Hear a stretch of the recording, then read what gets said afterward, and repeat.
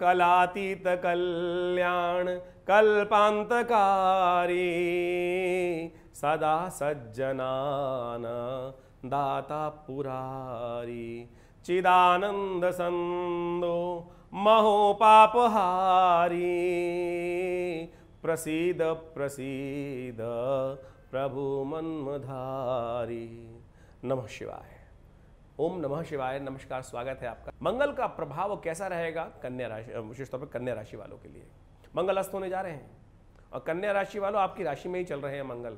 जब अस्त होंगे, आरंभ होंगे अस्त होना, और ये बड़ा विकट प्रकार का योग बन रहा है कि मंगल एक लगातार 115 दिन तक अस्त रहेंगे। करीब करीब 4 महीने हो गए।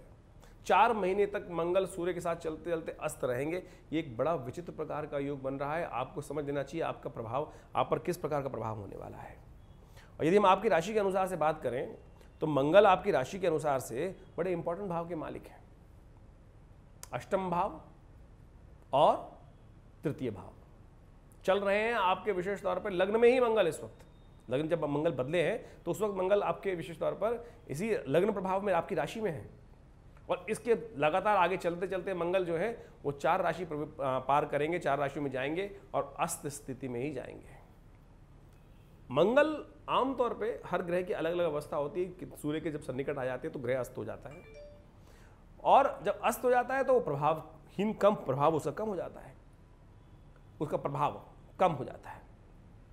मंगल का विशेष तौर पर 17 अंश, सूर्य के 17 अंश के सन्निकट आने पर उससे ज़्यादा पास आ जाएगा, 17 से जितना पास वो अस्त हो जाएगा।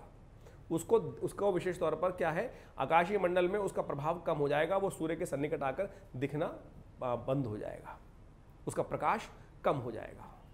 इसको ऐसे समझ लीजिए कि आप रात में दिया जलाते हैं, छोटा सा एक दिया ये छोटा बल्ब जलाते हैं तो उसका प्रभाव आसपास को उजाला कर देता है। अंधेरे होने पर उसका इतना प्रभाव हो जाता है। जैसे ही दिन होता है वो पता ही नहीं चलता दिया जल रहा है या नहीं जल रहा है, क्योंकि सूर्य इतना बड़ा प्रकाश अपना दे रहा है, तो उसके समक्ष जाके सब बड़े से बड़े व्यक्ति, बड़े से बड़ी चीज निस्तेज हो जाती है। तो ये है अस्त होने का मतलब, यानी निस्तेज हो गया है। मंगल है कौन, ये भी आपको समझना चाहिए आपकी राशि के अनुसार से कि मंगल का प्रभाव क्या है आपकी राशि के अनुसार। जैसे हमने कहा कि आपके अष्टम भाव का स्वामी है और आपके तृतीय भाव का स्वामी है। तृतीय भाव का तो कारक भी माना जाता है कई जगहों पर उसको। और मंगल ऐसे में अस्त हो जाने के कारण से कई सारी प्रभाव उत्पन्न कर सकता है। वो सब चीज़ें नेगेटिव रहेंगी और उन सब किन किन क्षेत्रों में प्रभाव उत्पन्न करेगा। मंगल कन्या राशि में चलेंगे। अब सब कब 24 सितंबर को अस्त होंगे। मंगल 24 सितंबर को अस्त होंगे करीब करीब शाम को 5:30 बजे, और 16 जनवरी को रात को 9:54 तक अस्त रहेंगे। और इस समय में करीब 115 दिनों में मंगल 3 राशि में चलेंगे, 4 राशियों में चलेंगे। कन्या, तुला, वृश्चिक, धनु। कन्या आपकी लग्न राशि है, उसके बाद आगे द्वितीय भाव है, तृतीय भाव है, चतुर्थ भाव में जब तक आएंगे तब तक मंगल अस्त रहेंगे। अब ये इंपॉर्टेंट भाव समझ लीजिए, 4 भाव क्या क्या करने वाले। लग्न आप स्वयं, आपका अपना पर्सोना, आपकी अपनी पर्सनैलिटी, आप स्वयं, आपका शरीर, ये सब पे प्रभाव डालेंगे। मंगल अस्त हो जाएंगे और वहाँ चल रहे थे मंगल पराक्रम के स्वामी हैं, तो आपको थोड़ा सा इंट्रोवर्ट बना देंगे, थोड़ा सा आपको इन्फीरियरिटी कॉम्प्लेक्स की तरफ ले जाएंगे, आपके प्रभाव को कम कर देंगे, आपके व्यापार पे अशुभ प्रभाव उत्पन्न करना शुरू कर देंगे। आपके लकड़ी इत्यादि का यदि काम करते हैं तो वहाँ प्रभाव डालना शुरू कर देंगे, वहाँ पर आपके साथ दिक्कत कर देंगे। आपके अपने निजी संबंधों में विशेष तौर पर यदि हम बात करें कि आपके जो पेरेंटल साइड के संबंध हैं और या आपके कई संबंधों में विच्छेद लाने के योगदान, अननेसेसरी आपके अंदर ऐसी एंजाइटी ला देंगे कि वहाँ झगड़े हो जाए, आपके सब रिलेटिव्स के साथ अननेसेसरी क्लैश करा दें। जब द्वितीय भाव में जाएंगे तो वहाँ पर विशेष तौर पर क्या कर देंगे, जिन जो शादीशुदा लोग हैं उनके परिवार के लिए कुछ अशुभ करने के योग दे देंगे, आपके ससुराल पक्ष के लिए बहुत अशुभ करने का योग दे देंगे साथ साथ। और एक बात आपको ऐसा बना देंगे कि आपको जैसे इस वजह से आप कई लोगों का इच्छा होती है ना कि लोगों की सेवा कर दूं, काम कर दूं, आप सेवा भाव से दूर हो जाएंगे। आपको लगेगा ये स्वार्थी है, इसकी सेवा करनी बेकार है। ऐसे ऐसे भावहीन भाव मन में आने शुरू हो जाएंगे, नेगेटिविटी उत्पन्न करना शुरू कर देंगे, हर एक के नेगेटिव प्रभाव आपको ज्यादा दिखने शुरू हो जाएंगे। द्वितीय भाव विशेष तौर पर मृत्युकारक भी भाव माना मार्केज का भाव माना जाता है। तो ऐसे में विशेष तौर पर ध्यान रखने की जरूरत है। आपके भाइयों के लिए आपके ग्रह अशुभ हो जाएंगे। ऐसे में बहुत सावधानी के साथ आपको ध्यान रखना पड़ेगा कि कहाँ क्या कुछ प्रभाव मंगल उत्पन्न करने के योग दे रहे हैं। तो बड़ी सावधानी के साथ ध्यान रखने की जरूरत है। और यहां रहेंगे 3 अक्टूबर से लेकर, जब ये सब भाव बताई हमने, 3 अक्टूबर से लेकर 17 नवंबर तक। तो आपको इन सब चीजों में, क्षेत्रों में विशेष तौर पे ध्यान रखने की जरूरत है। वहीं मंगल जब, और क्योंकि अस्त लगातार चल रहे हैं, तो 17 तारीख को मंगल अपनी गति से आगे चलते चले जा रहे हैं और साथ में सूर्य भी चलता चला जा रहा है। वो अंश कम हो ही नहीं रहे हैं, अंश बेसिकली जो है वो 17 से आगे जा ही नहीं रहे हैं। 17 से दूर निकलेंगे तब जाकर ही तो उदय होंगे, लेकिन वो 17 के आसपास ही, इधर चाहे आगे चाहे पीछे, वो 17 ही 17 का प्रभाव चलता चला जा रहा है। इस 17 के यानी प्लस माइनस 17 से आगे नहीं निकल रहा है, और जब तक इससे निकलेगा नहीं तब से उदय नहीं होगा। ऐसे में 17 नवंबर के आसपास अपनी स्वयं की राशि तृतीय भाव में पहुंच जाएंगे आपकी राशि के अनुसार से। वो पराक्रम का भाव है, भाई का भाव है, मित्र का भाव है, पार्टनर का भाव है। इन सब चीज़ों में अंदर जो काम कर रहे हैं पार्टनरशिप में, कहीं ना कहीं कुट लगाने के योग दे देंगे। आपके हिम्मत वाली जगह वो कम करना शुरू कर देंगे। अननेसेसरी, जैसे आप पहले दबंग व्यक्ति, आपकी पर्सनैलिटी रही होगी, आपकी विशेष तरह बात कर रहे हैं कि अरे कुछ भी कर लेंगे, हम समझ लेंगे, उस टाइम पे आप कहेंगे अरे छोड़, रुक भाई, छोड़ दे, जाने दे। आप कई बार जो होता है प्रभाव वो इस प्रकार से देखा जाता है।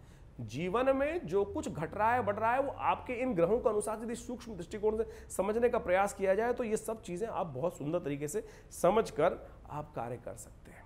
तो ऐसे में मंगल का विशेष तौर पे आपको ध्यान रखना पड़ेगा। अपने रक्त संबंधित बीमारी, जो विशेष तौर पर लिवर संबंधित बीमारियां, वो आपको परेशान कर सकती हैं। ऐसे में स्किन संबंधित बीमारियां परेशान कर सकती हैं ऐसे समय में, जब मंगल आपका विशेष तौर पे 17 नवंबर से लेकर यदि हम बात करें 28 दिसंबर तक, तो ऐसे में ध्यान रखिएगा बहुत ज़्यादा गर्म तासीर की चीज़ें ना खाएं।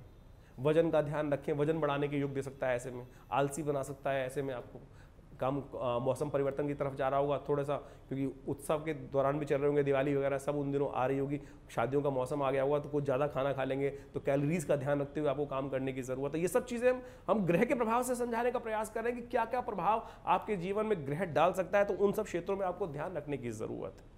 उपाय यही है कि इन सब चीज़ों जो हम बता रहे हैं इनको थोड़ा ठीक करने का प्रयास कर लीजिए।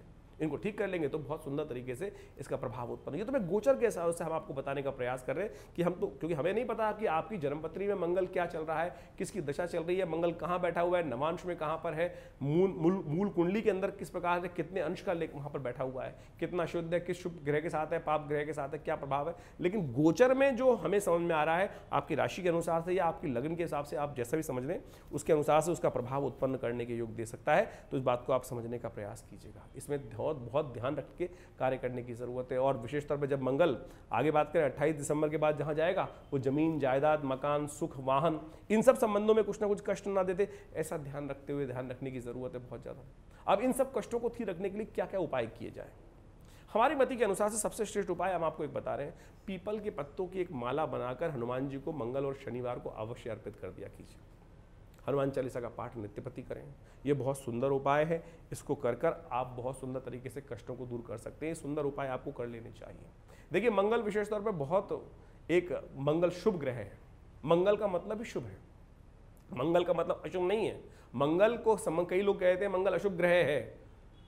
अभी हम एक जगह कुछ वार्ता चल रही थी, तो एक महान पंडिताइन जी ज्योतिषी बैठी हुई थी, अपने आप को प्रकांड पंडित ज्योतिषी समझ रखी थी, और वो कह रहे थे कि आपका ग्रह जब अशुभ हो तो आपको पूजा नहीं करनी चाहिए, मंगल अशुभ हो तो हनुमान चालीसा का पाठ नहीं करना चाहिए। बोले भैया हेमालिनी का नाम ले लेते हैं, या आप ज्योतिषी महारानी जी आपका नाम ले लेते हैं। अरे भाई, क्या मूर्खतापूर्ण काम ज्योतिष के क्षेत्र में आके लोग ऐसे लोग ज्योतिष क्षेत्र में घुस गए हैं कि जिनको ना कुछ आता ना कुछ जाता, और ज्योतिष का सत्यानाश करने के लिए अपनी विवेचना रहित होकर, ज्ञान रहित होकर आज अपने ज्ञान को पता नहीं क्या कर रहे हैं। तो आप समझें, मंगल है कौन? मंगल वास्तविक तौर पे शिव के अंश हैं, धरती के पुत्र हैं, वीरभद्र हैं, जो शिव के क्रोध से उत्पन्न हुए। वीरभद्र के रूप में जब शिव ने उत्पन्न किया सती, जब यज्ञ का विध्वंस करने के लिए दक्ष यज्ञ का, तब वीरभद्र जो उत्पन्न हुए वही मंगल कहलाए। अंगारक चतुर्थी जो होती है मंगल का जन्म दिवस माना जाता है। हनुमान जी की आराधना करने से मंगल के समस्त कष्ट दूर होते हैं। शिव के अंश तो हैं, इनको ये नहीं पता कि कौन है, और ये लोग आज आपके मन में अलग अलग प्रलाप करते हैं, ऐसी ऐसी विवेचनाएं उपस्थित करेंगे कि आप आम आदमी बेचारा साधारण है, उसको नहीं पता है, समझ में आती है। लेकिन तो हमारा आपसे अनुरोध है कि आप समझें, हमने आपको एक मूलभूत ढांचा बना के दिया है, समझाने का प्रयास किया है। इनके उपाय इस प्रकार से कर आप सुंदर तरीके से अपने कष्टों का निवारण कर सकते हैं। इसके बाद भी कोई दिक्कत है तो आप फ़ोन नंबर्स आपके सामने स्क्रीन पर है, आप अपना निदान समझ सकते हैं। धन्यवाद, नमस्कार।